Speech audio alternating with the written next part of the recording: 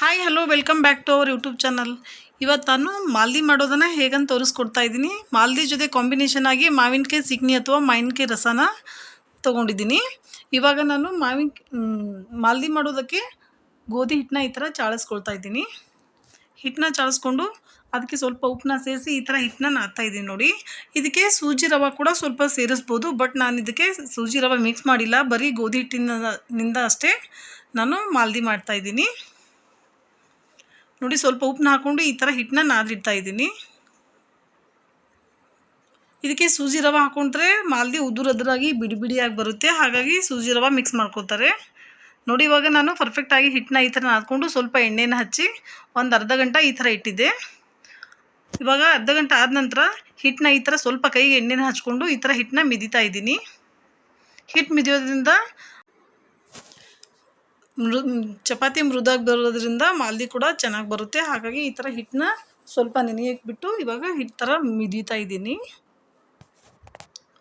ಮತ್ತು ಇದನ್ನು ನಾನು ಚಪಾತಿ ರೂಲ್ ಥರ ಮಾಡ್ಕೊಳ್ತಾ ಇದ್ದೀನಿ. ಬಟ್ ಚಪಾತಿ ರೂಲ್ ಸಣ್ಣದಾಗಿರುತ್ತೆ, ಇದು ದಪ್ಪಾಗಿಯೇ ಮಾಡ್ಕೋಬೇಕು, ಹಾಗಾಗಿ ನಾನು ಭಾಳ ದೊಡ್ಡ ಸೈಜಲ್ಲಿ ರೂಲ್ನ ತೊಗೊಂಡು ಮಾಡ್ತಾಯಿದ್ದೀನಿ ನೋಡಿ.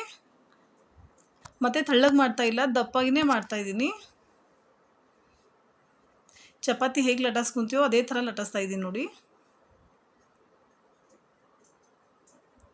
ಚಪಾತಿ ತೆಳ್ಳಗಾಗಿ ಬರುತ್ತೆ, ಬಟ್ ಇದು ತೆಳ್ಳಗಾಗಿ ಮಾಡ್ಕೊಳ್ಳೋ ಅವಶ್ಯಕತೆ ಏನಿಲ್ಲ, ದಪ್ಪಾಗಿ ಮಾಡ್ಕೋಬೇಕು.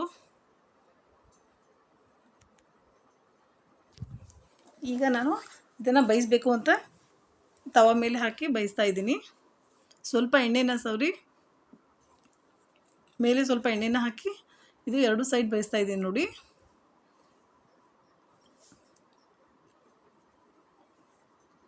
ಇವಾಗ ಮಾವಿನಕಾಯಿ ಸೀಸನ್, ಮಾಲ್ದಿ ಜೊತೆ ಮಾವಿನಕಾಯಿ ಸಿಗ್ನಿ ಅಥವಾ ರಸ ತುಂಬ ಚೆನ್ನಾಗಿ ಟೇಸ್ಟ್ ಬರುತ್ತೆ, ಹಾಗಾಗಿ ಈ ಸೀಸನಲ್ಲಿ ಜಾಸ್ತಿನೇ ಮಾಡ್ತಾರೆ. ಇವಾಗ ನೋಡಿ ನಾನು ಅದಕ್ಕೆ ಬೆಲ್ಲ ಹಾಕೊಳ್ಳೋದಕ್ಕೆ ಬೆಲ್ಲನೂ ತೊಗೊಂಡಿದ್ದೀನಿ. ಮತ್ತು ಇದನ್ನು ಚಪಾತಿನ ಕೈಯಿಂದ ಸಣ್ಣದಾಗಿ ಮಾಡಿಕೊಂಡು ಸ್ವಲ್ಪ ಮಿಕ್ಸರ್ ಕೂಡ ಹಾಕ್ತಾಯಿದ್ದೀನಿ ನೋಡಿ. ಮೊದಲು ಕೈಲಿಂದ ಸಣ್ಣದಾಗಿ ತಿಕ್ಕೊಂಡಿದ್ದೀನಿ, ಅದು ಆಲ್ಮೋಸ್ಟ್ ಆಲ್ ದಪ್ಪಾಗಿದೆ ಇದೆ. ಇವಾಗ ಸಣ್ಣಾಗಿ ಮಾಡ್ಕೋದಕ್ಕೆ ನೋಡಿ ನಾನು ಮಿಕ್ಸರ್ಗೆ ಹಾಕ್ಕೊಳ್ತಾ ಇದ್ದೀನಿ. ಬೆಲ್ಲ ಕೂಡ ನಾನು ಸಣ್ಣದಾಗಿ ಕೈಲಿಂದನೇ ಈ ಥರ ಮಾಡ್ಕೊಳ್ತಾ ಇದ್ದೀನಿ. ಹೆಚ್ಕೊಂಡ್ರೆ ತುಂಬ ಚೆನ್ನಾಗಿ ಬರುತ್ತೆ, ಸಣ್ಣದಾಗಿ ಹೊಡ್ಕೊಂಡ್ರೂ ನಡೆಯುತ್ತೆ, ಕುಟ್ಟಿ ತೊಗೊಂಡ್ರು ಭೀ ಅದು ಸಣ್ಣದಾಗಿ ಬರುತ್ತೆ. ಬಟ್ ಇವಾಗ ನಾನು ಸ್ವಲ್ಪ ದಪ್ಪ ಇದ್ದಿದ್ದನ್ನು ಹೊಡಿತಾ ಇದ್ದೀನಿ. ಮತ್ತು ಅದಕ್ಕೆ ನಾನು ಕೊಬ್ಬರಿ ಮತ್ತು ಸೋಪನ್ನ ಮಿಕ್ಸರ್ಗೆ ಹಾಕ್ತಾಯಿದ್ದೀನಿ.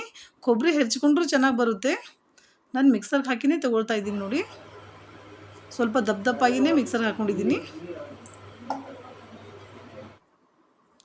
ಅದ್ರ ಕಾಂಬಿನೇಷನ್ ಆಗಿ ನಾನು ಮಾವಿನಕಾಯಿ ರಸ ಮಾಡ್ಕೊಳ್ತಾ ಇದ್ದೀನಿ ನೋಡಿ.